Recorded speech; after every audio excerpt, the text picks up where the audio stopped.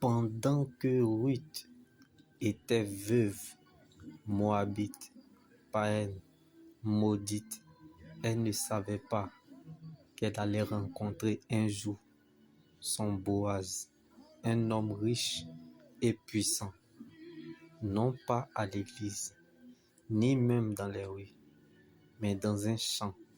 Et le champ dont je te parle est le champ de l'Éternel, la parole de Dieu. Alors, ne regarde pas à la parole de ta situation, ni à ce que tu vois aujourd'hui, mais marche vers ta fin, comme l'histoire de Ruth. Car ce n'est pas la joie du moment qui compte pour Dieu, mais plutôt la finalité de son plan qu'il a déjà établi pour notre vie. Donc la fête changera de camp.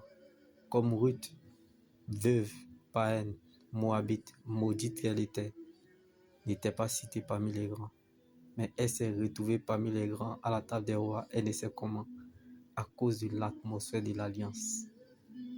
Dieu mettra un jour fin au règne de Satan sur ton chemin et mettra la différence à ton sujet. Non pas parce que tu as raison, mais parce que tu es sa raison, comme l'histoire de Ruth.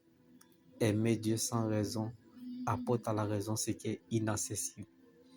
Car la foi, c'est d'accepter ce que le cœur a reçu, la parole de Dieu. Alors, n'abandonne pas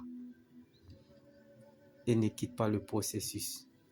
Car la parole de Dieu, bien-aimé, laisse-moi te choquer. La foi, c'est d'accepter la parole de Dieu dans les circonstances.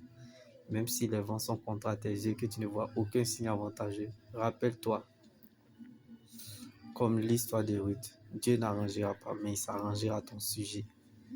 La promesse n'a pas d'âge, mais elle a un destinataire. C'est bel et bien toi. Shalom.